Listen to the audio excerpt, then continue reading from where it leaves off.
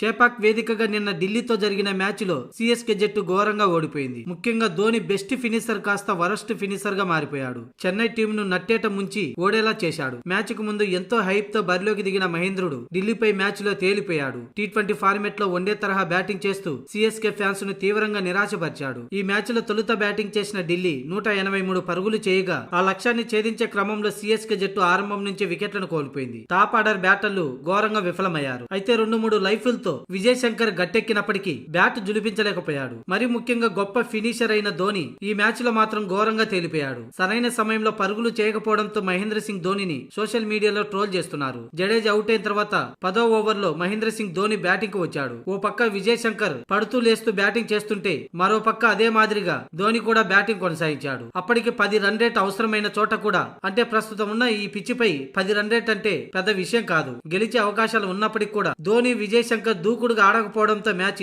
CSK చేతుల్లోంచి జారిపోయింది. అయితే మరోపక్క ఢిల్లీ అటు బ్యాటింగ్ బౌలింగ్ లో రాణించడంతో సునాయాస విజయం అందుకుంది. అయితే ఈ మ్యాచ్ అనంతరం ధోనిపై సెహ్వాగ్ సంచలన వ్యాఖ్యలు చేశాడు. ధోని ఇంకా జట్టులో కొనసాగుతుండడం గ్రేట్ అని అన్నాడు. ఈ లేత వయసులో 10 ఓవర్లు కష్టమైందేమో, ఏదో చివర్లో 2 ఓవర్లు వచ్చి 2 సిక్స్లు బాధేసి వెళ్ళిపోయింటే సరిపోయేదని. కానీ సిఎస్కే బ్యాటర్లు ధోనిపై ఇంత భారం మోపుతారా? అందుకే 10 ఓవర్ల పాటు క్రీజులు అంటే పదే బ్యాట్ పైకి లేవడం కష్టమే. అందుకే ధోని అలా ఆడేశాడంటూ సెహ్వాగ్ సెటైర్ వేశాడు.